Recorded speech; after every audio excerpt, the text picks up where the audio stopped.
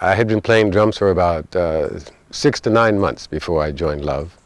I had my own little group of rejects, and we played gay bars and Battle of the Bands, and that's about it. And then I was going to art school with Kenny Forsey. That's how I ended up getting a group.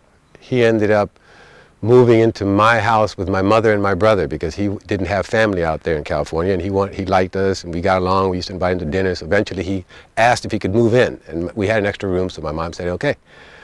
So he moved in. We both kept on going to art school. Then he joined the Safaris. Then he was quit school, and he was on tour, and I was all jealous. And then I kept on going to school, and then when they needed a drummer, when Don Conca didn't show up, basically, they would call me on the spot. I was doing my homework. Hey, could you come down to Beetleitos and sit in with us? Sure. I mean, that was like my dream. I knew those guys were going to make it.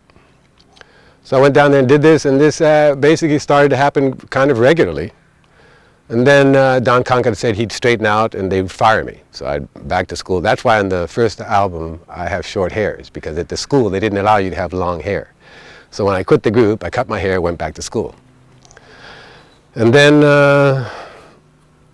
eventually, at the time that our first album was being recorded, I was the drummer. So they ended up taking pictures of me. I was on the album, and blah, blah, blah. Then Ronnie Herron kind of said, well, you kind of stuck with them now. That's who they expect to see. And Don just wasn't reliable. They tried other drummers, but Arthur, as you know, is not an easy guy to get along with. So basically they said, F you. And they came back to their last choice, me. So that's how I got started.